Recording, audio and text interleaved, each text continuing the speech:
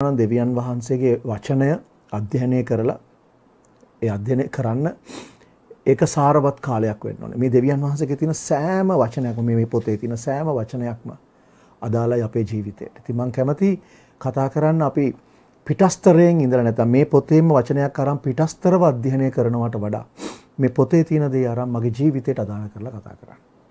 මොකද අවසානයේදී මේකේ තියෙන දේ මේ ඔක්කොම අපිට තියෙන ඉන්ස්ට්‍රක්ෂන්ස් අපිට තියෙන උපදෙස් මේක.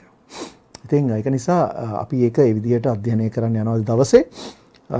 අපි අද කරන්න යන දේ ටිකක් මම සාමාන්‍යයෙන් මේ ටීචින් එකක් අධ්‍යයනයක් කියන්නේ ඉගැන්වීමක්. උගන්වනකොට ඔයගොල්ලෝ දැකලා තියෙනවා ටීචර්ස්ලා ගුරුවරු බෝඩ් එකක් පාවිච්චි කරනවා. වයිට් බෝඩ්, බ්ලැක් බෝඩ් ඕන එකක් පාවිච්චි කරනවා. ඉතින් මේ මටත් බෝඩ් එකක් තිබුණා නම් අද හොඳයි මේ දේ කරන්න. නමුත් මට බෝඩ් එකක් නැහැ. ඉතින් ඒක නිසා මම උත්සාහ කරන්න කොහමද තියෙන විදියට මේ දේ කරන්න. හොඳයි. අපි රෝම පොතේ සමා වෙන්න. රෝම පොතේ 8 වෙනි පරිච්ඡේදයේ 29 වෙනි පදේ. අපි පොඩ්ඩක් කියවලා බලමු. රෝම 8:29 සමා වෙන්න. රෝම 8:29. ඒකේ තියෙනවා for whom he foreknew he also predestined. Romans chapter 8 verse 29. For whom he foreknew he also predestined to be conformed to the image of his son that he might be the firstborn among many brethren. මක්නිසාද උන්වහන්සේ పూర్වයෙන් දිනගත්තවොන් තමන් වහන්සේගේ පුත්‍රයා බොහෝ සහෝදරයන් අතරේ කුළුඳුලා වන පිණිස ඒ පුත්‍රයාගේ ස්වරූපයට සමාන වෙන්න పూర్වයෙන් නියම කළසේක. හරිද? දැන් මමද කතා කරන්න යන්නේ මේ ගැනම උනාට මේක ටික වෙනස් ආකාරයකින් ඔයගොල්ලොත් එක්ක කතා කරනවා සමා වෙන්න මට ඉබිරිසාව නෙමෙයි මේ එකපාරම හිටපු ගමන් ආවා. මේ పూర్වයෙන් නියම කළා. උන්වහන්සේ පෙර නියම කළා. උන්වහන්සේ పూర్වයෙන් හඳුනාගත්තා කියලා තියෙනවා. මොකද්ද මේ పూర్වය? අපි චුට්ටක් යන් එපිස පොතට මම මේක කියන්න නෙමෙයි හිටියේ නමුත් අපි යන් චුට්ටක් එපිස පොතට එපිස එකේ එපිස එකේ 4. හරි චුට්ටක් අපි එකක් කියවලම යන් ඉස්සරහට. එපිස එකේ 4 just as he chose us in him before the foundation of the world that we should be holy and without blame before him in love. ලෝකය මැවීමට ප්‍රථමයෙන් ක්‍රිස්තුස් වහන්සේ තුල අප තෝරාගත් ලෙසම උන්වහන්සේ තුල ස්වර්ගීය ස්ථානවල පොඩ්ඩක් ඉන්න. සිංහල එක වැරදිනේ. පොඩ්ඩක් ඉන්න. Just as he chose us in him before the foundation of the world that we should be holy and without blame before him in love. හරිද? දැන් සිංහල එකේ එහෙම නැහැ.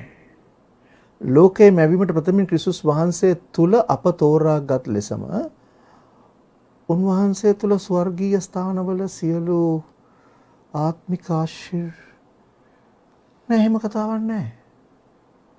සමා වෙන්න මට පළවෙනි වතාවට මම හිතන්නේ මේක අහුවුනේ මම දන්නේ නැහැ මට අහුවෙලා තියෙනවද කියලා. මම ඉංග්‍රීසියෙන් කියවලා සිංහල මොකද මේ මම කිව්වා සිංහල බයිබලේ පරිවර්තනවල ලොකු වෙනස්කම් කරලා තියෙනවා. සමහර පද එහෙන් පිටින්ම අයින් කරලා තියෙනවා. සමහර පද එහෙන් පිටින්ම නැහැ. මම චුට්ටි ඉතිහාසයක් කියන්නම් සමහරට ඔයගොල්ලෝ බලයි ඇයි මේ මම එහෙම කියන්නේ කියලා. මේ බයිබලේ ඉතිහාසය ඔයගොල්ලෝ දන්නවා නම් මේක දන්නවා. නමුත් සමහරට නොදන්නා ඉන්න පුළුවන්. ඒ නිසා මම මේ කතාව කියන්නම්. මාටින් ලූතර් කියන පූජකතුමා 1500 ගණන් වලදී ඔහු මොකද කරේ? ඔහු ළඟ තිබිච්ච ග්‍රීක සහ හේබ්‍රු ඒ ඔරිජිනල් මැනුස්ක්‍රිප්ට්ස් කියලා කියනවා ඒවට. ඒවා 5000ක් විතර තියෙනවා ලෝකේ. හරි? ඒ කියන්නේ ඔරිජිනල් මැනුස්ක්‍රිප්ට්ස් හදපුවා. ඒ කියන්නේ කොපි කරගෙන මේ ලියාගෙන ආපුවා. ඒවා ටිකෙන් එකක් අරගෙන තමයි මේ මාටින් ලූතර් මේක ට්‍රාන්ස්ලේට් කරේ. නමුත් ඊට පස්සේ කණ්ඩායමක් එකතු වෙලා 1800 ගණන් වල මේ බයිබලයේ සමහර මැනුස්ක්‍රිප්ට්ස් වෙනස් කරලා ඒගොල්ලෝ ඒවයින් පරිවර්තනය කරන්න ගත්තා. එහෙම කියලා යටින් පොඩි ෆුට්නෝට් එකක් දැම්මා මුලදී සමහර මුල් පිටපත්වල මෙහෙම සඳහන් වේ කියලා. හරි? ඒ සමහර කියලා කිව්වේ 5000කින් 5ක විතර තමයි ඒගොල්ලෝ ට්‍රාන්ස්ලේට් කරන එක තියෙන්නේ. අනිත් 4000 ගානෙම මෙන්න මේක තමයි තියෙන්නේ. මොකද මාටින් ලූතරට බයිබලය පරිවර්තනය කරන්න කියලා කිව්වේ ශුද්ධාත්මයන් වහන්සේ. ඒක අපිට ස්ථිරයි. මාටින් ලූතර් රිෆෝමේෂන් එකක් ගෙනාවා. මාටින් ලූතර්ට කිව්ව කණ්ඩායම ඔක්කොම ගෙනාවා. ඒ දේ කරේ ඒ හරහා ආපු ට්‍රාන්ස්ලේෂන්ස් ඔක්කොම හරි බව අපි දන්නවා. කිං ජේම්ස් වර්ෂන් එක කියන එක ඒකත් ශුද්ධාත්මයන් වහන්සේ විසින්ම පරිවර්තනය කරපු පරිවර්තනයක්. එතකොට ඒ නිසා ඒ පරිවර්තන හරි බව අපි දන්නවා. ඊට පස්සේ මේ 1800 ගණන් වල 1900 ගණන් වල ආපු නව පරිවර්තන එහෙම් පිටින්ම ගොඩක් ඒවා විකෘති කරලා තිනවා. ඒක කරේ යක්ෂයා ඕන කමින්. මොකද මිනිස්යන්ගේ වචනය විකෘති කරලා පොඩ්ඩක් එහාට මෙහාට කරපු ගමන් ඩොක්ට්‍රින් එක අවුට් යනවා. හරි? ඒක කාලයක් පාවිච්චි කරනකොට. ඒ නිසා මම පාවිච්චි කරන්නේ නිව් කිං ජේම්ස් වර්ෂන් එක. හැබැයි ඒකේ සමහර අඩුපාඩුකම් තියෙනවා නැතුව නෙමෙයි. කිං ජේම්ස් වර්ෂන් එක තමයි ඉංග්‍රීසි බයිබල් වලින් හරි පරිවර්තන තියෙන්නේ. කනගාටුවට කාරණය මට එක සිංහල බයිබලයක්වත් මෙන්න මේක හරි කියලා කියන්නේ. සමහර හරියන එකක් තිබුණොත් තව පරිවර්තනයක් වැරදි වෙන්න පුළුවන්. ඒ නිසා බයිබලේ වැරදි නෑ. පරිවර්තනයේ අඩුපාඩුකම් තියෙනවා. දැන් මේක හොඳම උදාහරණ. මම දන්නේ වෙන විදිහට තැනක එක තියෙනවද කියලා. මේ එපිස පොතේ කියන කතාව මෙන්න මේකයි. Just as he chose us in him before the foundation of the world, that we should be holy and without blame before him in love. ප්‍රේමයෙන් උන්වහන්සේ ඉදිරියේ ශුද්ධව නොකැලල්ව සිටින පිණිස උන්වහන්සේ පොළවේ අත්තිවාරම දමා ගන්න පෙර මැවීමට ප්‍රථමයෙන් පොළවේ අත්තිවාරම දමන්නත් කලින් උන්වහන්සේ අපිව තෝරගත්තා ක්‍රිස්තුස් වහන්සේ තුල. හරිද? අපිව ක්‍රිස්තුස් වහන්සේ තුල අපිව තෝරා ගත්තා. මොකටද තෝරගත්තේ? ශුද්ධව නොකැලල්ව ප්‍රේමයෙන් උන්වහන්සේ ඉදිරියේ සිටින පිණිස. ඒකට තමයි තෝරගත්තේ. හරි? දැන් මෙතන ආශිර්වාද ගැන කතාවක් නැහැ හරි ට්‍රාන්ස්ලේෂන් එකේ. හරි? හොඳයි. දැන් මොකද්ද මේ උන්වහන්සේ අර මම කතා කරේ මේක මෙතනට එන්න හේතු උනේ රෝම 8:29 තියෙනවා පෙර නියම ලෙස කියලා. ඒ කියන්නේ పూర్වය හඳුනාගත්තා. මොකද්ද මේ పూర్වය කියලා කියන තැන තමයි මම ඔයගලන්ට එන්න ගත්තේ. මොකද අපිව උන්වහන්සේ හඳුනාගත්තේ పూర్වයෙන් නම් මොකද්ද මොන කාලෙද? పూర్වය කිව්වම යේසුස් වහන්සේ ඉන්න කලින්ද නැත්නම් මොනවා කලින්ද කියන එක දැනගන්න ඕනේනේ. අන්න ඒ పూర్වය දැන කියන්න තමයි මෙතනට. ඒතර పూర్වය කියලා අදහස් කරන්නේ පොළවේ අත්තිවාරම දමන්න කලින්. හරිද? පොළවේ අත්තිවාරම දැම්මේ මොන වෙලාවේද? දැන් අපි දන්නවා උප්පත්ති පොතේ එකේ කතා කරනවා එකේ ආරම්භයේදී දෙවියන් වහන්සේ ස්වර්ගයන් සහ පොළව සෑදුවා කියලා. හරිද? එහෙම තියෙන ඔයගොල්ලෝ දන්නවනේ බයිබලේ කතා. ඊට පස්සේ කතා කරනවා දෙවනි පදේ පොළව වනාහි පාළුව හිස තිබුණේ කියලා. මේ පද දෙක අතර ලොකු කතන්දරයක් තියෙනවා. ඒ ලොකු කතන්දරයේ කොටසක් මම දැන් ඔයගලන්ට කියවනවා. ඒ කියන්නේ උප්පත්ති පොතේ 1 2 අතර සිදුවෙච්ච සිදුවීමක් ගැන තමයි මම කියන්නේ. හරි? උප්පත්ති පොතේ පළවෙනි පරිච්ඡේදයේ පළවෙනි පදයයි පළවෙනි පරිච්ඡේදයේ දෙවෙනි පදයයි අතර සිදුවෙච්ච සිදුවීමක් තියෙනවා ජෝබ් පොතේ. මම ඒකෙන් කතා කරලා කියන්නම් මොකද මේ పూర్වය සහ පොළවේ අත්තිවාරම දාපු වෙලාව කෝකද කියලා. හරි? ජෝබ් පොතේ 38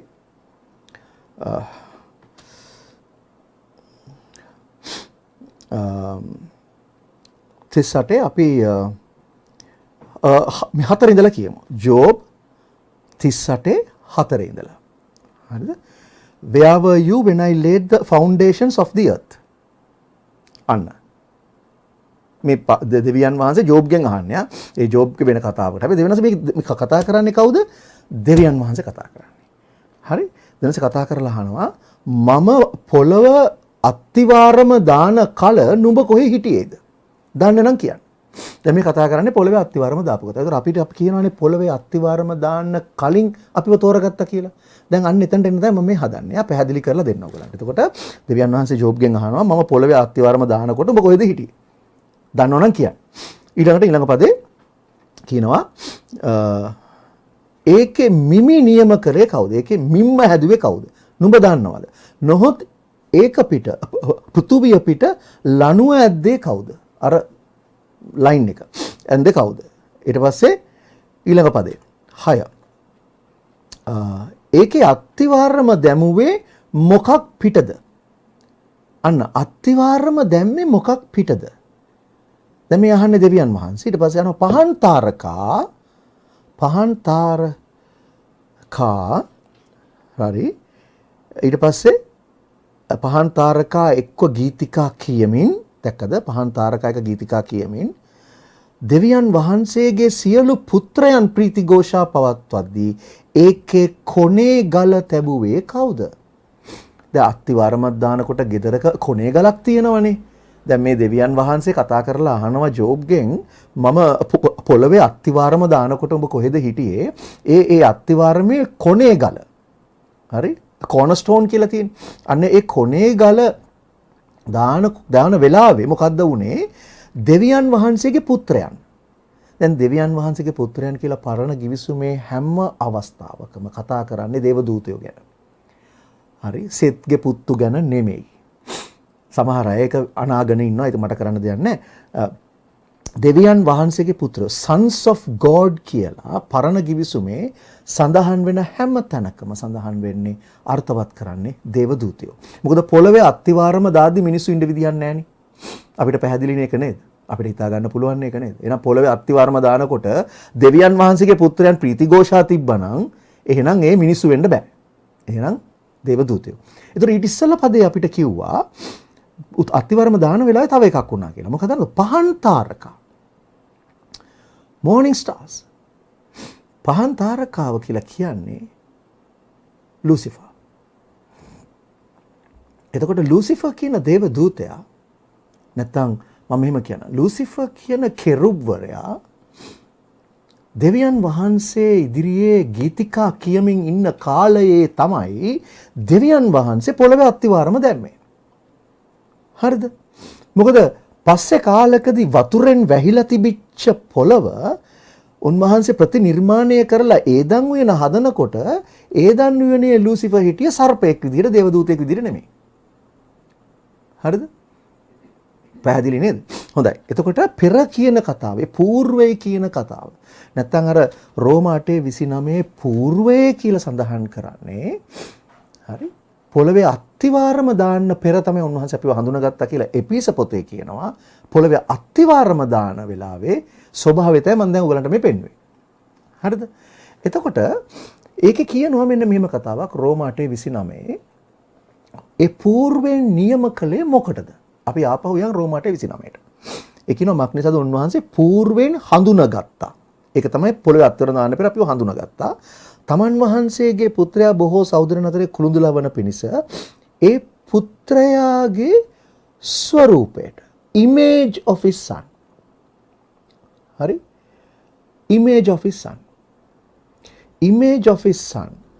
ස්වරූපයට සමාන වෙන්න. ස්වරූපය යන්තම් දරා ගන්න නෙමෙයි. උන්වහන්සේගේ පුත්‍රයාගේ ස්වරූපයට සමාන වෙන්න పూర్වයෙන් නියම කළා. ඒ పూర్වය කිව්වේ අත්තිවාරම දමන්නත් පෙර. එතකොට අත්තිවාරම දමන්න පෙර ඔබව මාව උන්වහන්සේ නියම කළා මොකටද? යේසුස් ක්‍රිස්තුස් වහන්සේගේ ස්වරූපයට ඉමේජ් එකට උන්වහන්සේ අපිව හරවන පිණිස. නැත්නම් අපි ඒ ඉමේජ් එකට හැරෙන පිණිස. හරිද? දැන් එහෙම කරපු අපිව මොකද වුනේ? పూర్වෙන් නියම කරලා තිබුණා. අපි දැනන් හිටියේ නෑනේ ඕක. අපි ඔය කතාව දැනන් හිටියේ නෑ. හැබැයි උන්වහන්සේ දැනන් හිටියා. ඒ නිසා මොකද නේද කරේ? ඒ పూర్වෙන් නියම කළ වුන් වෙන කාර්යවත් නෙමෙයි. ඒ పూర్වෙන් හඳුනගෙන పూర్වෙන් නියම කළ වුන් මොකද කරේ? උන්වහන්සේ කැඳෙව්වා. called. ඔබව මාව කැඳෙව්වා. කවුද කැඳෙව්වේ? උන්වහන්සේ. ශුද්ධාත්මයන් වහන්සේ තුලින්. කැඳව ගත්ත අයව උන්වහන්සේ මොකද නේද කරේ? ධර්මිෂ්ඨ කෙරෙව්වා. ධර්මිෂ්ඨ කළේ කොහොමද? අපේ ක්‍රියාවක් නිසා නෙමෙයි. යේසුස් ක්‍රිස්තුස් වහන්සේගේ පූජාව අපි පිළිගත්ත වෙලාවේ අපිව ධර්මිෂ්ඨ කෙරෙව්වා. හරි? ඊට පස්සේ කරන්නේ ධර්මිෂ්ඨ කළ අය උන්වහන්සේ මහිමයට පැමුණවූසේක. glorified. අන්න ඒ glorification එකට තමයි අපි යන්නේ. ධර්මිෂ්ඨ කරලා තියෙන්නේ. හැබැයි මේ ධර්මිෂ්ඨ කිරීම තුළ අපිට තියෙනවා ක්‍රියාවක් කරන්න. මොකක්ද දන්නවද? උන්වහන්සේගේ ස්වරූපයට ගොඩ නැගෙන්න. මොකද මේ ඔක්කොම දේවල් කරේ ස්වරූපයට ගොඩ නැගෙන්න. ඒක අමතක කරන්න එපා. මොකද ඊට ඉස්සෙල්ලා පදේ අපිට අමතක කරන්න බෑ. මෙතනට එනකොට 30 වෙනි පදයට එනකොට 29 වෙනි පදේ කියපු දේ අමතක කරන්න බෑ. මොකද්ද කිව්වේ? පෙර නියම කරේ මොකටද? පුත්‍රයාගේ ඉමේජ් එකට ස්වරූපයට ඉකෝනි මං හිතන්නේ එහෙම තමයි ප්‍රොනවුන්ස් වෙන්නේ ග්‍රීක භාෂාවේ. ඒ අයිකොනි කියන එකට තමයි වෙන්නේ. අයිකොන් කියලා තියෙන්නේ ඉංග්‍රීසි භාෂාවේ අයිකොන් කියන වචනේ. අන්න ඒක හැවේ අර්ථ ඒ වචනේ ඉකෝනි. හරි. එතකොට ඒ ස්වරූපයට ඒ ඉමේජ් එකට හැරෙන පිණිස පෙර නියම කළා. ඇයි එහෙම වෙන්න ඕනේ? ඇයි අපි යේසුස් වහන්සේගේ ස්වරූපයට හැරෙන්න ඕනේ? දැන් අපි දන්නවා යේසුස් වහන්සේ දෙවියන් වහන්සේගේ ස්වරූපය කියන එක. මම ඒකට බයිබල් පද පෙන්නන්න ඕනේ නැහැ නේ ඔයගලන්ට. ඒක අපි දන්නවා. මොකද යේසුස් ක්‍රිස්තුස් වහන්සේ දෙවියන් වහන්සේ. එතකොට දෙවියන් වහන්සේගේ ස්වරූපයක් අපිට පේන්න නැහැ. නමුත් නොදකින දෙවියන් වහන්සේගේ පෙනෙන ස්වරූපය තමයි යේසුස් වහන්සේ. හරි? එතකොට යොහාන් කියනවා යොහාන් සුභාරංචි පළවෙනි පරිච්ඡේදයේම වාක්‍යානෝ දෙවියන් වහන්සේව සිටියා. වාක්‍යානෝ මාංශවත් වී ආවා. උන්වහන්සේගේ මහිමය අපි දැක්කා, අපි ඇල්ලුවා. අපිත් එක්ක වාසය කරා. හරි? උන්වහන්සේ වාක්‍යානෝ මාංශවත් වුණා. එතකොට ඒක තමයි අපි දැක්කේ. ඒක තමයි අපි ඇල්ලුවේ. We beheld his glory. හරි? එතකොට යේසුස් වහන්සේගේ ස්වරූපය තමයි දෙවියන් වහන්සේගේ ස්වරූපය. මේ කතා කරන්නේ ඇස් වලින් පේන ශරීරයේ outer shape එක නෙමෙයි. මේ හැම දෙයක්ම අපි තේරුම් ගන්න ඕනේ. මේ ගොඩක් වෙලාවට යුදෙව්වන්ට තිබිච්ච ප්‍රශ්නෙත් ඕකයි. හැම දෙයක්ම ඒගොල්ලන්ට ස්වභාවිකව දකින්න ඕනේ. ස්වභාවිකව සාක්ෂි ඕනේ. පෙනෙන විදිහට තියෙනවා. ඒක නේද නිකදීමස් ඇවිල්ලා කියන්නේ අපි මං කොහොමද වයසට ගිහිලා තියෙද්දි ආපහු උපදින්නේ කියලා. ඒ මොකද ඒ යුදෙව් මානසිකත්වයේ තියෙන්නේ හැමදේම දකින්න ඕනේ. නැත්තම් අල්ලන්න ඕනේ. නැත්තම් පේන්න තියෙන්න ඕනේ. ස්වභාවික වෙන්න ඕනේ. මේ කතා කරන්නේ ආත්මය. ආත්මික දේ. මොකද යේසුස් වහන්සේ නිකදීමස්ට කියනවා මාංශයෙන් උපදින දේ මාංශයයි, ආත්මයෙන් උපදින දේ ආත්මිකයි කියලා. ඒතර මේ කතා කරන්නේ ආත්මික දෙයක්. එතකොට උන්වහන්සේගේ ස්වરૂපය කිව්වහම අපි සියලු දෙනා උන්වහන්සේගේ නැත්නම් යේසුස් වහන්සේගේ ස්වરૂපය දරන්න ඕනේ කියලා තමයි රෝම පොතේ තියෙන්නේ. හරි? එතකොට මහිමයට පමුණවන්නේ කවුද? මෙන්න මේ පිළිවෙල. పూర్වෙන් නියම කළා.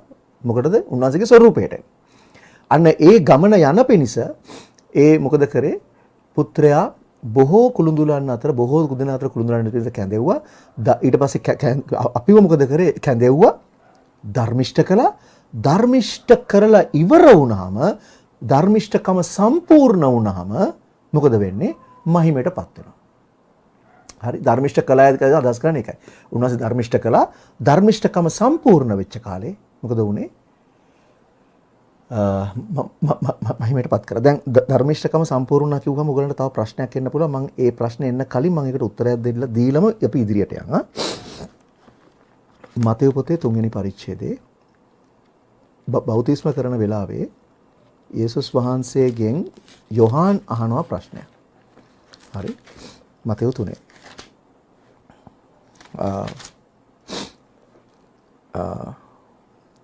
ඒකේ තියෙනවා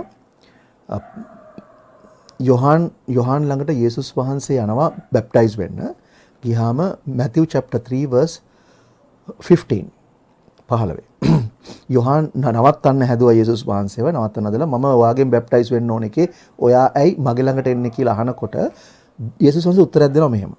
උන්වහන්සේ කතා කරලා යේසුස් වහන්සේට උත්තර දෙමින් දැනට ඉඩ හරින්න.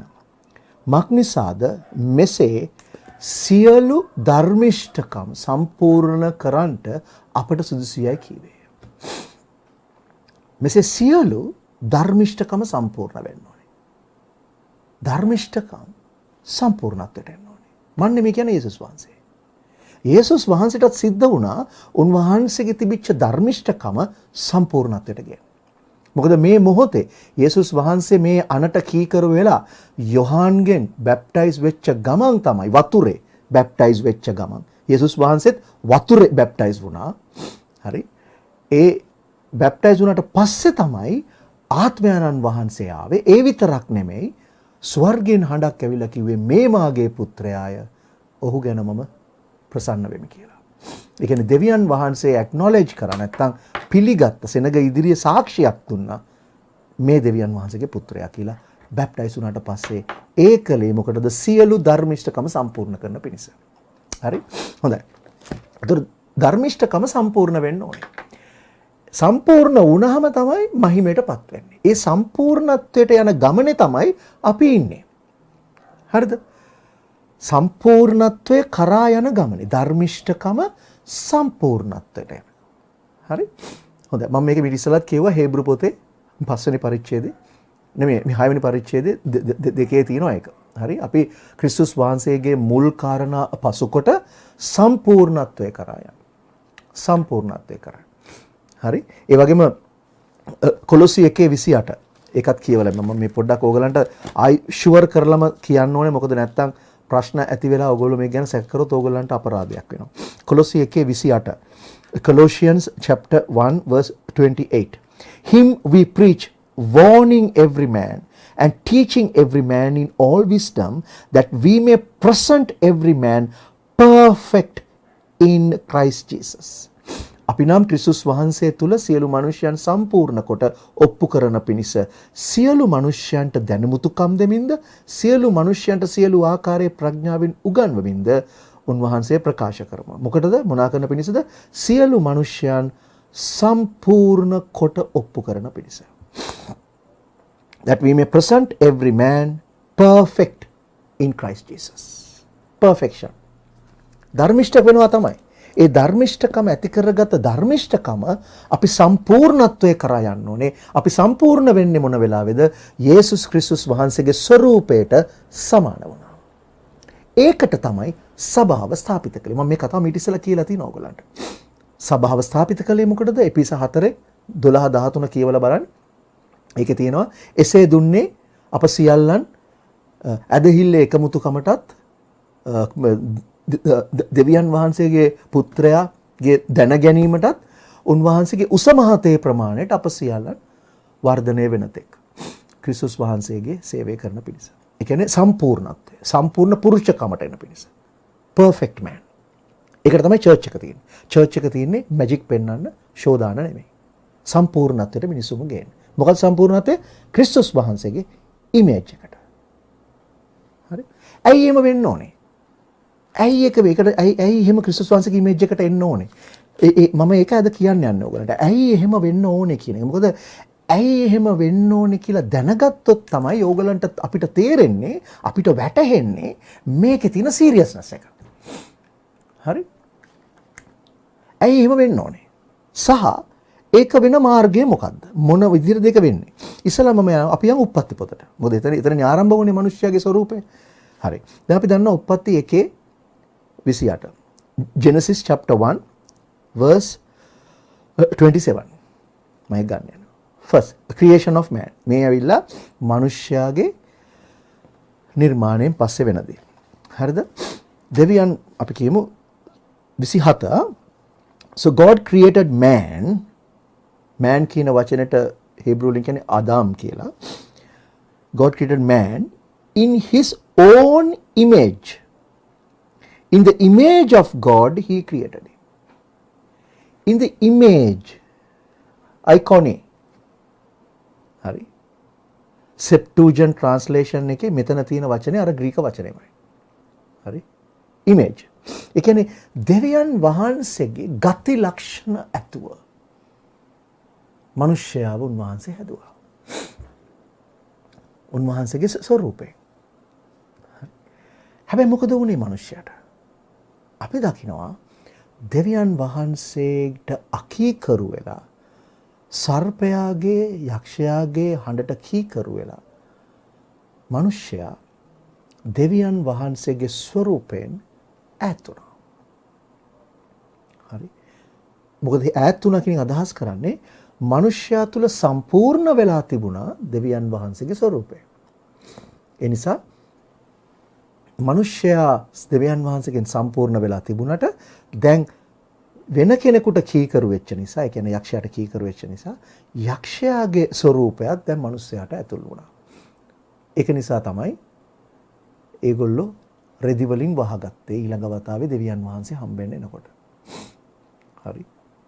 මිනිස්සයාට පාපය දැනගත්තා. ඒ කියන්නේ හොඳ නරක දැනගත්තේ පාපය දැනගත්තා. අවබෝධය. ඒ විතර. හොඳයි. දැන් මේ දෙවියන් වහන්සේගේ අහිමි වෙච්ච ස්වરૂපය නැවත මිනිසයා තුල ඇති කරන්න තමයි ඒ මොහොතේ ඉඳලා දෙවියන් වහන්සේ ක්‍රියා කළේ. හරි.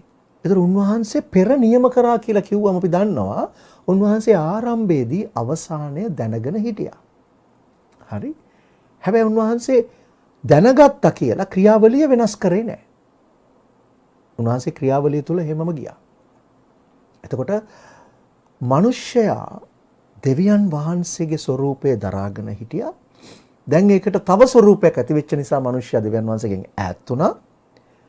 ඒ නිසා මිනිසයා තුල දැන් දේව ස්වરૂපය යන්තම් තියෙනවා. වැඩිපුර අනිත් ස්වરૂපය තියෙනවා. ඒ නිසා මොකද වෙන්නේ? දෙවියන් වහන්සේ හා ගනුදෙනු කිරීමේ හැකියාව නැහැ. අපි අනිත් ස්වરૂපයට කියනවා පාපය කියලා. පාපිෂ්ඨ ස්වરૂපය. ඒතර පාපය කියන එකත් එක්ක දෙවියන් වහන්සේට ගනුදෙනු කරන්න බෑ. මොකද උන්වහන්සේ සුද්ධයි. හරි. ඒතර මේ දෙවියන් වහන්සේට මිනිස්සුත් එක්ක ගනුදෙනු කරන්න බැරි වුණේ මොකක් නිසාද? පාපය නිසා. ඒක නිසා තමයි ආදම් හැංගුනේ. නැත්තම් වෙන වෙලාවකට දෙවියන් වහන්සේත් එක්ක ගිහලා මූණට මූණ කතා කරපු මිනිස්සයා එකපාරට හැංගුණා. හැංගුනේ ඇයි? පාපය නිසා. පාපය ආවහම පාපයට දෙවියන් වහන්සේට ලං වෙන්න බෑ. හරි. ඒක නිසා දෙවියන් වහන්සේ දැනගෙන හිටියා මුල ඉඳලම මේ මිනිස්යා තුල දෙවියන් වහන්සේගේ ස්වરૂපය නැවත ඇති වෙන්න නම් මේ පාපය මිනිස්යාගෙන් අයින් වෙන්න ඕනේ.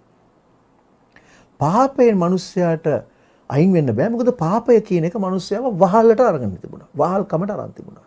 අපි පාපේ වහලුන් වෙලා හිටියා. අපි සියලු දෙනාම. ආදම්ගේ ඉඳලා ඉපදිච්ච හැමෝම එහෙමයි. අපි දන්නවා කායින් මොකද කරේ කියලා. පාපය කියන එක ඇති වෙන්නේ කොහෙද? පාපිෂ්ඨ සිතුවිලි කොහෙද ඇති වෙන්නේ? අපේ අතුලාන්තේ. පාපය කියන්නේ අපි අතින් කරන ක්‍රියාව විතරක්ම නෙමෙයි. මේ අතින් කකුලෙන් අපි කරන කටින් ඒ ක්‍රියාව නෙමෙයි. ඒක විතරක්ම නෙමෙයි මම එහෙම කියන්න. ඒක පාපය තමයි. ඒ ක්‍රියාව ආරම්භ වෙන්නේ කොහෙද? අපේ අතුලාන්තේ. එතකොට අපේ අතුලාන්තයෙන් ආරම්භ වෙන ඇති වෙන එතනින් පටන් ගන්න සිතුවිල්ල හෝ ආකල්පය හෝ අපේ ඇටිටියුඩ් එක මේවා තමයි අපේ පාපිෂ්ඨ ක්‍රියාවන් වෙන්නේ. ඒවා අපි ක්‍රියාත්මක කරනකොට. ඒතර ප්‍රශ්නේ තියෙන්නේ ඇත්තටම අපේ ක්‍රියාව වෙනස් වෙන්න නම් අපේ අතුලාන්තය වෙනස් වෙන්න ඕනේ. හරි.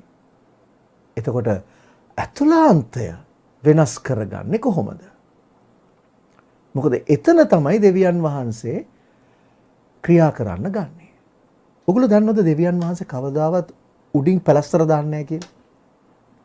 සමහර වෙලාවට සමහර අය මගේ ළඟට එනවා ගොඩක් ප්‍රශ්න වලට උත්තර හොයාගෙන. මොකද සමහර අය ගොඩක් ඉන්නවා මේ ඔය ලොකු චර්ච් වලට යනවා. ඒ අයල ළඟට ගිහිල්ලා ප්‍රශ්න වලට උත්තර හම්බෙන්නේ නැති මගේ ළඟටත් ඇවිල්ලා අහනවා ප්‍රශ්න මේකට කරන්න කියලා. මම ඒගොල්ලන්ට කියන්නේ හැමෝටම කියන්නේ ප්‍රශ්නෙට උඩින් පැලස්තර දාන්න බෑ. මම කරන්නේ නැහැ. හැම ප්‍රශ්නයකටම මුලක් තියෙනවා. රූට් එකක්. මූලාශ්‍රයක්. හරි? රූට් එකක් තියෙනවා. අපි රූට් එක කොහෙද කියලා හොයාගන්න ඕනේ. ඒ රූට් එක ගැලෙව්වහම ගහ නිකම්ම මැරිලා යයි. නැත්තම් වෙන්නේ මොකද්ද? ගහ කපන්න පුළුවන් ආපහු ටික දවසකින් දළු දාලා එනවා. දෙවියන් වහන්සේ කවදාවත් ඕනම දෙයකට පැලස්තර දාලා උඩින් කපලා දේවල් කරන්නේ මුලින්ම උදුරලා දාන්න තමයි ක්‍රියා කරන්නේ. හරි? ඒ නිසා උන්වහන්සේ දන්නවා මනුෂ්‍යයාගේ තියෙන මේ පාපේ ප්‍රශ්නේ මුල තියෙන්නේ මනුෂ්‍යයාගේ ස්වභාවය. හරි. මාංශික වූ ස්වභාවය තුල. එතකොට මාංශික වූ ස්වභාවය තුල තියෙන දේ සම්පූර්ණයෙන් අයින් වෙන්න දේව ස්වરૂපය ඇති වෙන්න ඕනේ. දේව ස්වરૂපය ඇති වුණොත් විතරයි දෙවියන් වහන්සේත් එක්ක කමියුනියන් කරන්න පුළුවන්. දෙවියන් වහන්සේත් එක්ක සම්බන්ධකම කතා බහ කරගන්න. අර ඉස්සලා ආදම් තුල තිබුණා වූ සම්බන්ධතාවය එතනට එන්න පුළුවන් වෙන්නේ. ඒ ඒකත්වයකට එන්න පුළුවන් වෙන්නේ දේව ස්වરૂපය මනුෂ්‍යයා තුල සම්පූර්ණ වීමෙන් විතරයි. ඒ සම්පූර්ණව දේව ස්වરૂපය ආවහම මානසික ස්වરૂපෙට ඉඩක් නැහැ. හරිද? දැන් උදාහරණයට මේ සමහරවිට මේ කෝප්පේ පෑන්නම් තියෙන දැනට. ඉතින් මේ කෝප්පේ කියලා. මේ කෝප්පේ අපි හිතමු කිලුටු වතුර ටිකක් තියෙනවා කියලා. දැන් අපි තෙල් කියලා කියමු. කුණු තෙල් වගේක් තියෙනවා. අපි මොකද කරන්නේ? මේ කුණු තෙල් ටික සම්පූර්ණ අයින් වෙන්න ඕනේ. අයින් වෙන නම් මොකද වෙන්න ඕනේ? මේකට වතුර පිරෙන්න ඕනේ. හරි? එතකොට මේකට වතුර දාගෙන ගියොත් මොකද වෙන්නේ? ඔයගොල්ලෝ දන්නවා තෙල් කියන එක පා වෙනවා වතුරේ. වතුර දාගෙන යනකොට මොකද වෙන්නේ? අර තෙල් ටික ටික එළියට ගිහිල්ලා වතුර උතුරලා ගලාගෙන යනකොට මොකද වෙන්නේ? තෙල් ඔක්කොම මේකෙන් අයින් වෙලා වතුරෙන් පිරෙයි. එතකොට මොකද වෙන්නේ? අපි තුල කුණු නැහැ, සම්පූර්ණ වතුර තියෙන්නේ. වාජනේ. ඒ වගේ තමයි අපේ අතුලාන්තය ටික උන්වහන්සේගෙන් පුරවගෙන සුද්ධාත්මයෙන් පිරීලා ඒ ලක්ෂණ අප තුල ඇති වෙනකොට මොකද වෙන්නේ? ටික මානසිකත්වය අයින් වෙනවා. දැන් මේ මාර්ගය මොකක්ද? කොහොමද මේක සිද්ධ වෙන්නේ? මේක සිදු වෙන process එක මොකක්ද? ක්‍රියාවලිය මොකක්ද? මොන වගේ ක්‍රියාවලියක් තුලද මේ සම්පූර්ණත්වය ඇති වෙන්නේ? නැත්තම් මේක නිකන් ඉබේ ටොං ගාලා උඩින් එනවද? එහෙම එකපාරට ක්ෂණිකව සිද්ධ වෙනවා නම් හරි ෂොක්. නමුත් එහෙම වෙන්නේ නැහැ. එහෙම වෙන්නේ නැහැ. මේකට ක්‍රියාවලියක් තියෙනවා. මේ සම්පූර්ණත්වයට ක්‍රියාවලියක් තියෙනවා. පාවුලතුමා ඒක තමයි කියන්නේ. පාවුලතුමා කියන්නේ අපි නම් මිනිස්යන්ව අර කොලොස්සි 1:28 අපි කිව්වේ නේද? අපි මිනිස්යන්ට තරවටු කරනවා, අවවාද කරනවා. මොකටද? සියලු දෙනා සම්පූර්ණත්වයට ගෙල්ලා ඔප්පු කරන පිණිස. ක්‍රිස්තුස් වහන්සේව ප්‍රකාශ කරනවා. හරි? එතකොට ඒක ක්‍රියාවලිය, ඒක process එකක්. මම ඒ ක්‍රියාවලිය ගැන පොඩ්ඩක් අපි කතා කරමු. එක පේතෘස් 5:10.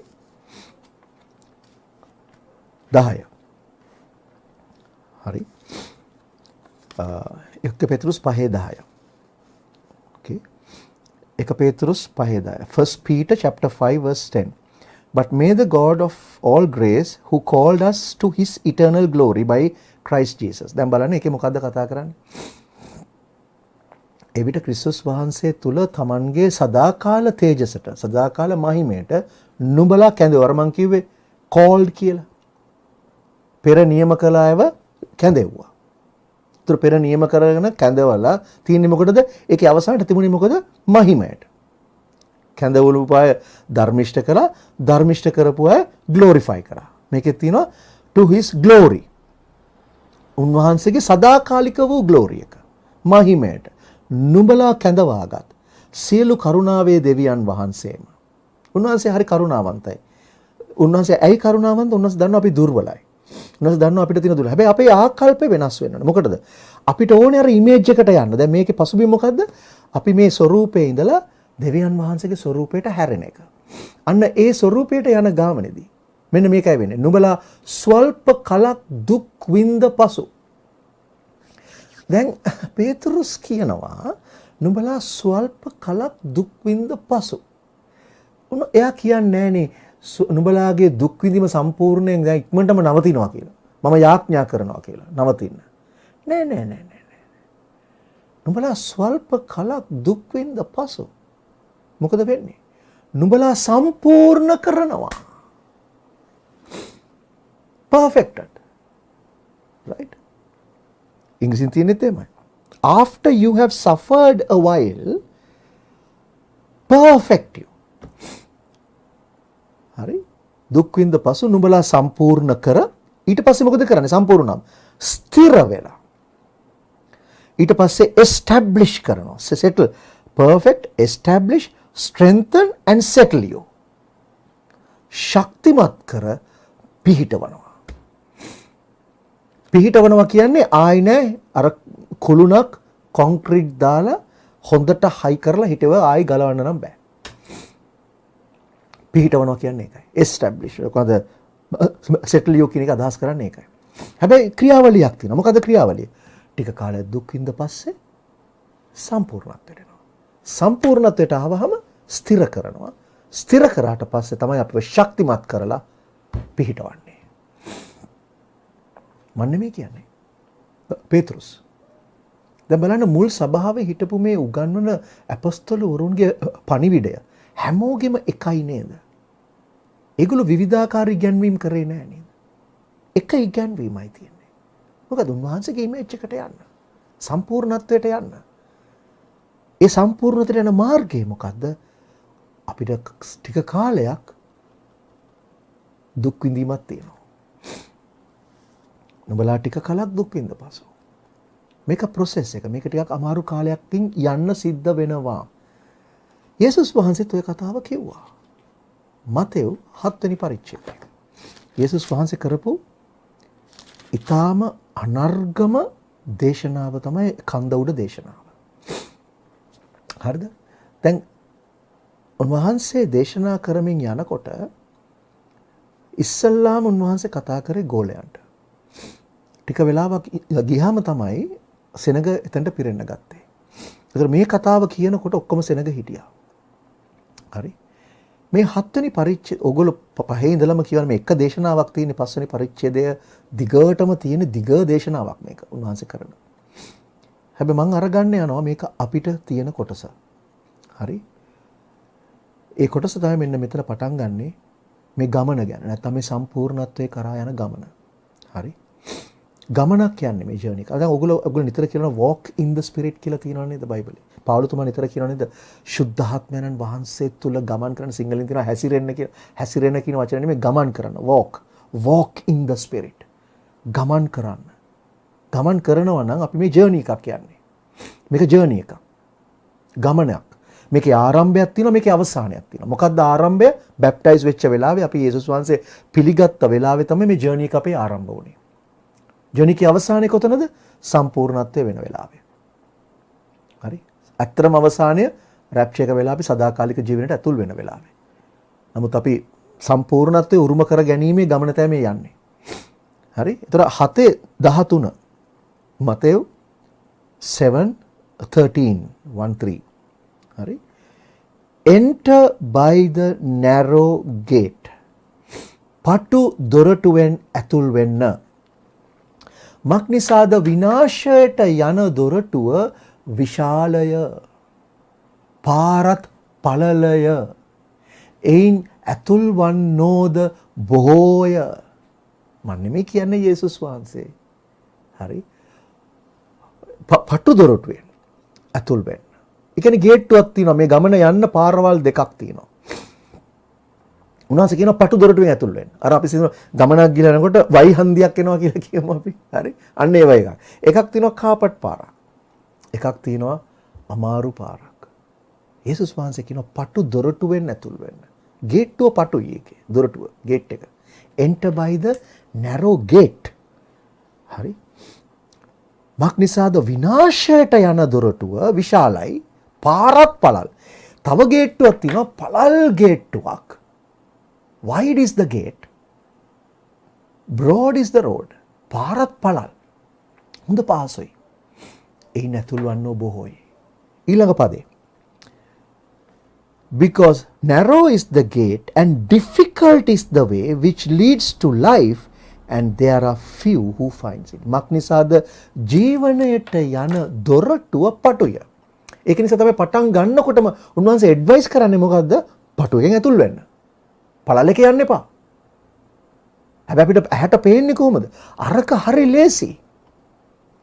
ඒ මාර්ගය හරි ලේසි. ඒ නිසා මොකද වෙන්නේ මේ වයි හන්දිය අපි වයි හන්දියක් කියලා උදාහරණයක් ගත්තොත් එතන ඉන්නවා කණ්ඩායම් දෙකක්.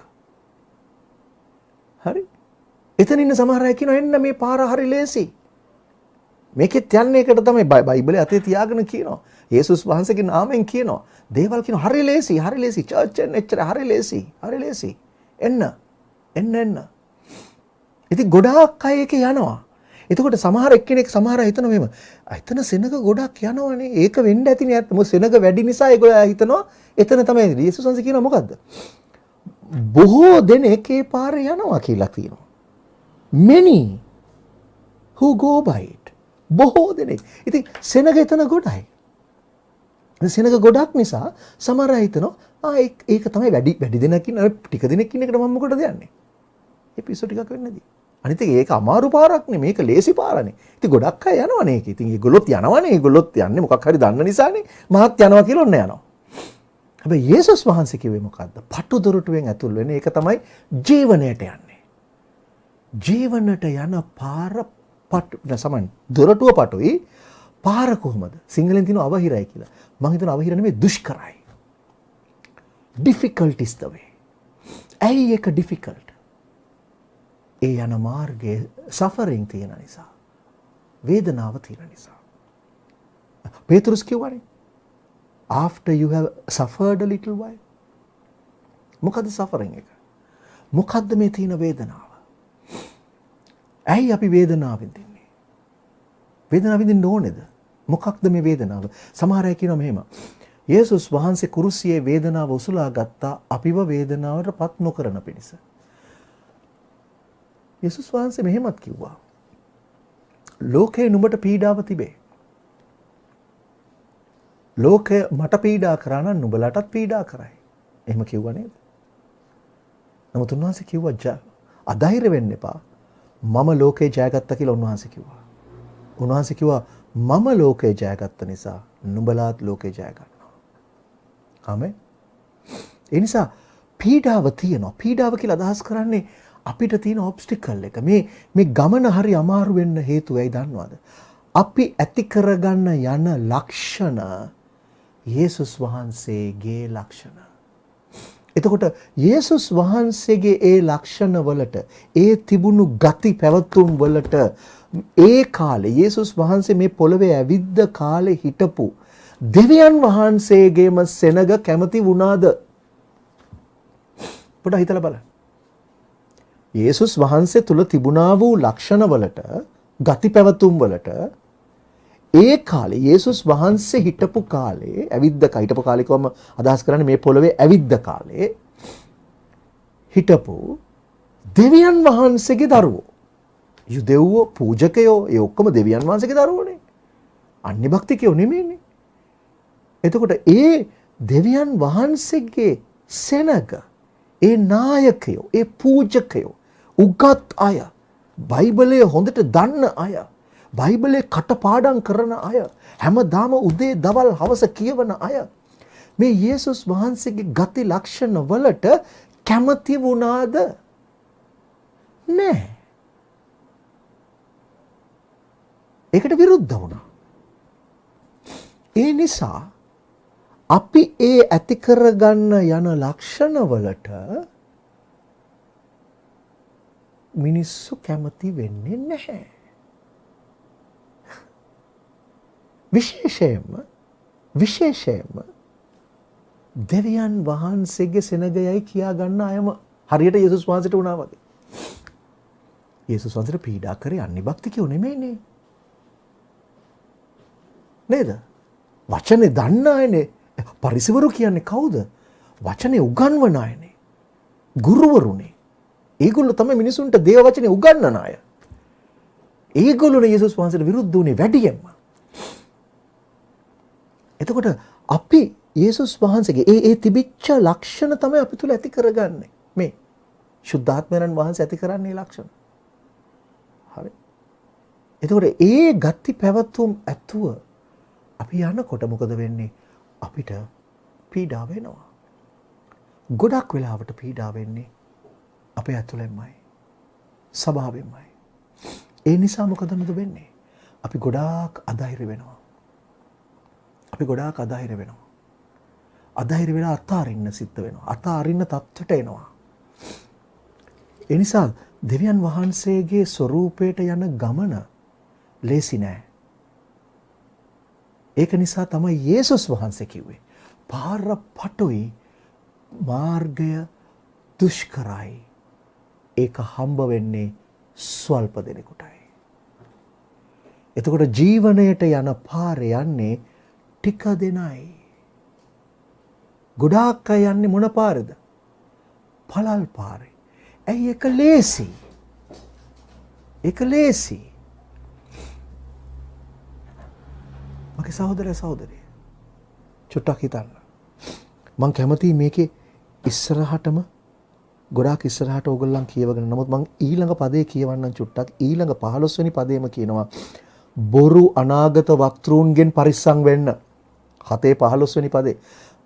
Beware of false prophets who come to you in sheep's clothing and inwardly they are ravenous wolves. මම මේක එකපාරක් කියවුවා ඔයගොල්ලන්ට මට මතකයි. මේ ඔක්කොම කියලා ඉවර වෙලා 21 වෙනි පදේ. හරිද? 21 වෙනි පදේ කියනවා මෙහෙම. Not everyone who says to me, Lord, Lord, shall enter the kingdom of heaven, but he who does the will of my Father in heaven. හරි. 21 වෙනි පදේ කියනවා not everyone ස්වර්ගයේ සිටින මාගේ පියාණන් වහන්සේගේ කැමැත්ත කරන්න මිස මට ස්වාමීනි ස්වාමීනි කියන සියල්ලෝම ස්වර්ග රාජ්‍යයට ඇතුළු වන්නේ නැහැ. එතකොට අපි තෝරගන්න ඕනේ අපි හොයා ගන්න ඕනේ මොකක්ද ස්වර්ගයේ සිටින පියාණන් වහන්සේගේ කැමැත්ත. ස්වර්ගයේ සිටින පියාණන් වහන්සේගේ කැමැත්ත තමයි අප සියල්ලන් උන්වහන්සේ බොහෝ දෙනාගේ කුළුදුලා වන පිණිස උන්වහන්සේගේ ස්වරූපයට හැරෙන එක. මොකද ඒක තමයි පියාණන් වහන්සේ පෙර නියම කළේ, పూర్වෙන් නියම කළේ. පැහැදිලිද? එතකොට මේ යන ගමනේදී අපිට බාධක ඇති වෙනවා. දැන් මේ හාස්කම් කරා කියලා ඒක වෙන්නේ නැහැ. ගොඩක් අය හිතනවා මේ හාස්කම් කරනකොට හාස්කම වෙනකොට ඔක්කොම හරියනවා කියලා නෑ. මේකට ඊළඟ පදේ 22ත් මම කියවලම අපි යන්නම්. තව එක පදයක් කියවන්න තියෙනවා. 22 වෙනි පදේ. ඒකේ තියෙනවා ඒ දවසේදී many will say to me in that day. ඒ දවසේදී බොහෝ දෙනෙක් ස්වාමීනි ස්වාමීනි ඔබගේ නාමයෙන් අනාගත වචන නොකියමුද? ඔබගේ නාමයෙන් යක්ෂයන් දුරු නොකළෙමුද? ඔබගේ නාමයෙන් නොයෙකුත් බලවත් ක්‍රියා නොකළෙමුදයි මට කියනවා ඇත. මොනවද මේ අය කියන්නේ? කට්ටියක් ඇවිල්ලා කියනවා ස්වාමීනි ස්වාමීනි ඔබගේ නාමයෙන් මම ප්‍රොෆෙසයි කරානේ. ප්‍රොෆෙසයි කරා. ඔබගේ නාමයෙන් යක්කු එලෙව්වා. ඔබගේ නාමයෙන් නොයෙකුත් හාස්කම් කළානේ කියලා තියෙනවා. හරි? මොකද උන්වහන්සේ කියන්නේ ඒතකොට ඊළඟ පදේ 23 කියනවා මොකද්ද? යේසුස් වහන්සේ කියනවා එවිට මම කිසි කලකත් නුඹලා හැඳිනගෙන සිටියේ නෑ. අධර්මිෂ්ඨකම් කරන්නෙනි මා කෙරෙන් අහක් පයන්නේ උන්ට කිව්වා. දැන් අධර්මිෂ්ඨකම් කියවර හාස්කම් වලට නෙමෙයි. අධර්මිෂ්ඨකම් කිව්වේ ඒවට විතර නෙමෙයි. ඒවට විතරක්ම නෙමෙයි. අධර්මිෂ්ඨකම් කිව්වේ මොනවද දන්නවද? තමන්ගේ ඇතුලේ යේසුස් වහන්සේගේ ධර්මිෂ්ඨකම ආවට ඇතුලේ තිබුණේ අධර්මිෂ්ඨ ආකල්ප. ඒ ඇතුලේ ස්වභාවය ස්වરૂපය වෙනස් කරගන්න යේසුස් වහන්සේගේ ධර්මිෂ්ඨ ස්වરૂපයට හරව ගන්න ඒ ඉමේජ් එකට එන්න කවදාවත් ඒ ජර්නි එකට ඇතුල් වුණේ නැහැ. යේසුස් වහන්සේ පිළිගත්ත ශුද්ධාත්මයන් වහන්සේ ආවා. ඒ නිසා හාස්කම් කළා. යේසුස් වහන්සේගේ නාමයෙන් යක්කු එලෙව්වා. දේවල් කරා. හැබැයි අර ඇතුළාන්ත ස්වરૂපය අධර්මිෂ්ඨයි. ඒ නිසා මොකද වුනේ? මා කෙරෙන් අහක් හොයන්නයි මම ඕන්ට කියනවා. යේසුස් කියනවා මගෙන් අහක් වෙලා යන්න. මගේ ළඟටත් එන්න එපා. හරි. මේ අතුලාන්ත පරිවර්තනය වෙනස් වුණේ නැත්තම් යේසුස් ක්‍රිස්තුස් වහන්සේගේ ස්වරූපය අප තුළ හැදුනේ නැත්තම් sorry අපි ලොකු අමාරුවක වැටෙනවා. ජර්නි එක. හැබැයි මේ ජර්නි එක අමාරු නෑ. ඒ නිසා තමයි මම අවසාන කරන්න ගලාති පොතේ පාවුලුතුමා ගලාති සභාවට දෙන උපදේශات එක්ක මම අවසාන කරන්න ගලාති 6 ගලාති 6 පාවුලුතුමා කතා කරලා කියනවා මේ අපි තුල තියෙන ඕන එක ලක්ෂණයක් ගැන. හරි?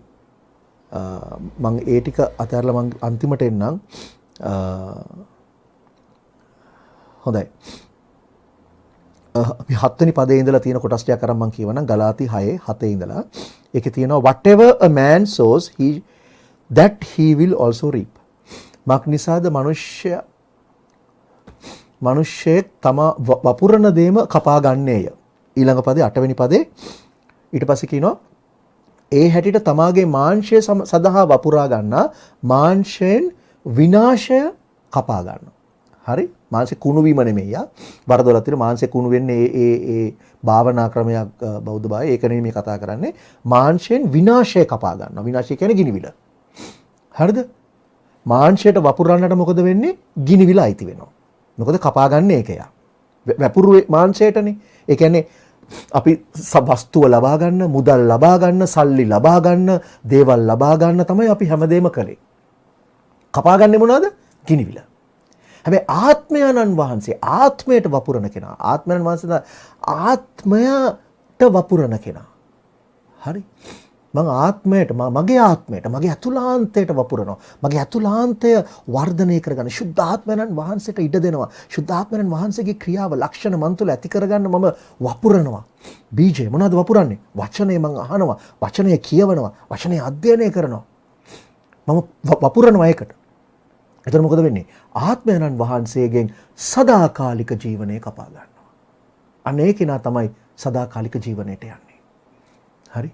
ඒක නිසා කියනවා ඊළඟ පදේ 9 වෙනි පදේ පාවුලතුමා කියනවා තවද යහපත්කම් කිරීමට අධෛර්ය නොවෙමු. මක් නිසාද අපි ක්ලාන්ත නොවෙමු නම් නියම කාලයේදී කපා ගන්න. යහපත්කම් කිරීමට. මේ යහපත්කම් කිරීම කියන්නේ අපි දාන දෙන එකවත් අරව දෙන එකවත් මේවා ඒව නෙමෙයි. යහපත්කම් කරන්න මගේ ඇතුළාන්තේ යහපත් ආකල්ප තියෙනවා. ඒක මේ උඩ ටිකේ තියෙනවා. මට වෙලා නැති වුණා. ඒක තේරුම් කරලා දෙන්න. පොඩක් කියවන්න ඒක. යහපත්කම් කියන්නේ මොනවද කියලා. genuinely අවංකව විමසලා බලන්න කියලා කියනවා. examine yourselves. අපිව examine කරලා බලන්න, අපිව විමසලා බලන්න අපි මේ යහපත්කම් කරන්නේ බොරුවට පේන්නද නැත්නම් අවංකවද කියන එක. ඒ අවංකව යහපත් කරන්න අධෛර්ය වෙන්න එපා. හරි? මේකේ කියනවා මොකක්ද දන්නවද? Let us not grow weary in while doing good, for in due season we shall reap if we do not lose heart. අපි අතහැරියේ නැත්තම්. හරි? අපි අතහැරියේ නැත්තම්. give up කරේ නැත්තම්. අපේ හදවතින් කියලා අයියෝ අධෛර්ය වෙලා මේ ගමන අතහැරියේ නැත්තම්. අපි දිගටම මේ ගමන යනවා නම් යහපත්කම් කරන්න. කරන්නේ කොහොමද? යහපත්කම් කෙරෙනවා කියලා කිව්වත් වරදක් නැහැ. මොකද මගේ ඇතුලේ තියෙන යේසුස් වහන්සේගේ ස්වરૂපය නම් ඒ ඇතුලේ තියෙන ස්වභාවය තමයි එළියට එන්නේ. නැත්තම් මවා ගන්න දෙයක් නැහැ. ඇතුලාන්තය ධර්මිෂ්ඨ වුණොත් විතරයි පිටතින් ධර්මිෂ්ඨකම පේන්නේ. ඒකයි යේසුස් වහන්සේ කිව්වේ හදවතේ පූර්ණත්වයෙන් මුඛේ කතා කරයි කියලා. ඇතුලේ තියෙන්නේ මොනවද? ඒක තමයි එළියට එන්නේ. හරි. ඒතර ඇතුල තමයි හදා ගන්න ඕනේ. මොකද එතන තමයි මුල තියෙන්නේ. එතන තමයි ප්‍රශ්නේ මුල තියෙන්නේ. අපේ ක්‍රියාව රිසල්ට් එක නැත්නම් ක්‍රියාව සිදු වෙන්නේ ඇතුලේ තියෙන දේවල ප්‍රතිඵලය නිසා. ඇතුලේ සිදු වෙන ක්‍රියාවලිය ප්‍රතිඵලය නිසා. මගේ ඇතුල ධර්මිෂ්ඨකමෙන් පිරෙනවා නම් මම ඒකට නම් වපුරන්නේ. මම දාගන්නේ. එහෙනම් මම කපාගන්නේ සදාකාලික ජීවනය. නමුත් මම ධර්මිෂ්ඨකම අරගෙන යේසුස් වහන්සේගේ ඒත් මම ෆීඩ් කරන්නේ. මම ඒකට කෑම දෙන්නේ නැත්නම් මම වපුරන්නේ මාංශයට නම් මාංශික ආශාවන් වලට නම් එහෙනම් මට ගිනිවිලයි අයිති වෙන්නේ. ඒ නිසා මගේ සහෝදර සහෝදරිය මම නෙමෙයි බයිබලේ පණිවිඩය. යේසුස් වහන්සේගේ ස්වરૂපයට අප සියල්ලන් එන්න උන්වහන්සේ పూర్වෙන් නියම කළා. ඒක නිසා තමයි ඔයාව මාව කැඳවලා තියෙන්නේ. For that he called us. අපිව කැඳෙව්වා. මොකටද? උන්වහන්සේගේ පුත්‍රයාගේ ස්වરૂපයට සමාන වෙන පිණිස. කැඳවපු අය මොකද කරේ? උන්වහන්සේ ධර්මිෂ්ඨ කෙරෙව්වා. ධර්මිෂ්ඨ කරපු අය ඒ ධර්මිෂ්ඨකම සම්පූර්ණ වුණාම මහිමෙන් පුරවනවා. සියලු ධර්මිෂ්ඨකම සම්පූර්ණ වෙන්න අවශ්‍යයි. ඒ සම්පූර්ණත්වයේ කරා යන ගමන තමයි මේ යන්නේ. ආමෙන්. මම හිතන අපිට පැහැදිලි කියලා මේක. ඒ නිසා මේ ගමන සුළු කරන්න එපා. හිතන්න එපා ගමන ගින තුන යේසුස් වහන්සේ පිළිගත්තම අපි යනවා කියලා. නැහැ. සෝරි. යේසුස් වහන්සේ කිව්වා මට ස්වාමීනි කියන සියලු දෙනා යන්නෙත් නැහැ. යක්කු වෙලෙව්වත් යන්නේ නැහැ. යේසුස් වහන්සේගේ නාමයෙන් අනාගත වාක්‍ය කියපුවා යන්නෙත් නැහැ. යක්කු රූප යන්නෙත් නැහැ, හාස්කම් කරපු යන්නෙත් නැහැ. ඇතුළාන්ත වෙනසුන් නැත්තම්. පටු මාර්ගයේ ගියේ නැත්තම්. මොකද ඒ කොටස තමයි කියාගෙන ඉන්නේ. ඒ කොටසම එක දිගට යන. එක පදයක් අරගෙන දෙක තුනක් කරන අර්ථකථනය කරන මුළු ඔක්කොම කියවගෙන එන්න. මොකද්ද කියන්නේ කියලා. කොන්ටෙක්ස්ට් එකට අධ්‍යයනය කරන්න. යේසුස් වහන්සේ කිව්වේ පටුයි මාර්ගය දුෂ්කරයි පාර. හැබැයි අවසානයේ සදාකාලික ජීවනය. මොකද සදාකාලික ජීවනය තමයි අපි කපාගන්නේ ක්ලාන්ත වුණේ නැත්තම්. යන ගමනේදී ක්ලාන්ත වෙන්න පුළුවන්. යන ගමන අධෛර්ය වෙලා අතාරින්න අපිට හිතන අවස්ථා එන්න පුළුවන්. මැරතන් එකක් දුවන එක්කෙනෙක් වගේ තමයි. මැරතන් එකක් දුවන එක්කෙනෙක් එනකොට අන්තිමට කිට්ටු වෙනකොට අතාරින්නම තමයි හිතෙන්නේ. දැන් ඇති දැන් බෑ. මානසික ඇතුළ කියනවා බෑ අමාරුයි. හැබැයි අන්න ඒ ටික තමයි අපිට ධෛර්යය එන්නේ. ඒ ටික තමයි අපි එකිනෙක කෙනාව ධෛර්යමත් කරගන්න ඕනේ. ඒකට තමයි සබාව තියෙන්නේ. සබාව රැස් වෙන්නේ මොකටද? එකිනෙකා ධෛර්යමත් කරන පිණිස. ගලාති 6 පටන් ගන්නකොටම පවුලතුමා කියන්නේ එකිනෙකාගේ බර උසුලා ක්‍රිස්තුස් වහන්සේගේ ව්‍යවස්ථාව එසේ සම්පූර්ණ කරපළා. අපි එකිනෙකනට උපකාර කරගමු. මම මේ කරන්නේ ඔයගලන්ට උපකාර කරන්න. මම තදහිර වෙනලා අනිත්‍යමට උපකාර කරනවා. මේ ගමන හරි අමාරුයි.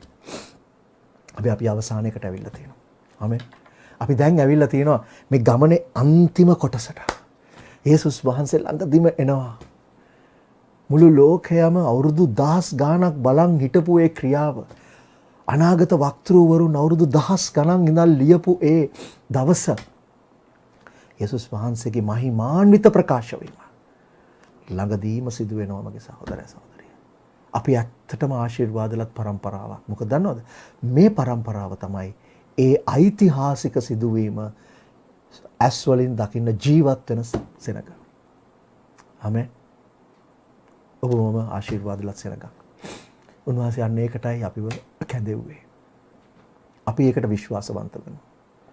අපේ කැඳවීමට අපි විශ්වාසවන්ත වෙමු. වෙන මොහොකටත් නෙවෙයි අපිව කැඳවලා තියෙන්නේ උන්වහන්සේ තුල සම්පූර්ණත්වයට යන පිණිස. උන්වහන්සේගේ පුත්‍රයාගේ ස්වරූපයට සමාන වෙන පිණිස. పూర్වෙන් නියම කළා. දෙවියන් වහන්සේ. ඒක තමයි උන්වහන්සේ කැමැත්ත. ඒකට අපි එකඟ වෙමු, යටත් වෙමු. ස්වාමිනී ඔබ වහන්සේට අපි ස්තුතිවන්ත වෙනවා. ස්වාමිනී ඔබ වහන්සේ పూర్වෙන් මාව හඳුනාගත්ත නිසා. අපි එකිනෙක කෙනාව හඳුනාගත්ත නිසා. ස්වාමිනී ඔබ වහන්සේ හඳුනාගත්තවුන් කැඳෙව්වා ස්වාමිනී. ඔබ වහන්සේ ස්වාමිනී කැඳවා ගත්ත අය ඔබ වහන්සේ ධර්මිෂ්ඨ කෙරෙව්වා ස්වාමිනී. ස්වාමිනී අපි යන්නේ ඒ ධර්මිෂ්ඨකම සම්පූර්ණත්වයට ගෙනියන පිණිස. ඔබ වහන්සේගේ ඉමේජ් එක ස්වරූපය අපි එකිනෙක කෙනා තුළ ගොඩනගාගෙන ශුද්ධාත්මයන්න් වහන්සේ අප තුළ කරන්නා වූ ඒ ක්‍රියාවට මෙන්න ස්වාමිනී අපි කැමැත්තෙන් ආශාවෙන් ඕනෑකමින් යටත් වෙලා ඉඩ දෙනවා ස්වාමිනී. අපි ඉඩ දෙනවා අපේ කැමැත්ත අතහැරලා ඔබ වහන්සේගේ ස්වරූපයට ගොඩනගෙන පිණිස. දැන් ස්වාමිනී අපි එකිනෙක කෙනාට මඟ පෙන්වන්න ශක්තිය දෙන්න, ධෛර්යය දෙන්න, හැකියාව දෙන්න. අධෛර්ය වෙලා ඉන්න අයව ධෛර්යමත් කරන්න ස්වාමිනී. දුර්වලයාව ශක්තිමත් කරන්න ස්වාමිනී. අපි එකිනෙක කෙනාට අවස්ථාව දෙන්න, අනිත් කෙනාගේ බර උසුලන්න, අනිත් කෙනාගේ ඒ උපකාරයක් වෙන්න අනිත් කෙනාට ස්වාමිනී අපිට අවස්ථාව දෙන්න. ඒ දේ අවංකව කරන්න අපිට උපකාර කරන්න ස්වාමිනී. දැන් මෙන්න ඔබ වහන්සේම අප තුළින් ගෞරවය ලබන්න ස්වාමිනී. අපට ඔබ වහන්සේගේ ස්වාමිනී මහිමය අත්දකින්න පිණිස ඒ ගමන අවසන් කරන්න අවශ්‍ය කරන කරුණාව, අනුග්‍රහය අපි එකිනෙකට නිදහස් කරන්න. අප තුළින් ඔබ වහන්සේ ගෞරවය ලබන්න. යේසුස් ක්‍රිස්තුස් වහන්සේගේ නාමයෙන්. ආමෙන්. හොඳයි අපි අද දවසේ අපිත් එක්ක එකතුණු සියලු දෙනාට ස්තුතිවන්ත වෙනවා. හෙටත් අපි තවත් අධ්‍යයනයකින් ඔයගොල්ලොත් එක්ක මුණ ගැහෙනවා. එතකන් ජේසුස් පීඨයි සියලු දෙනා.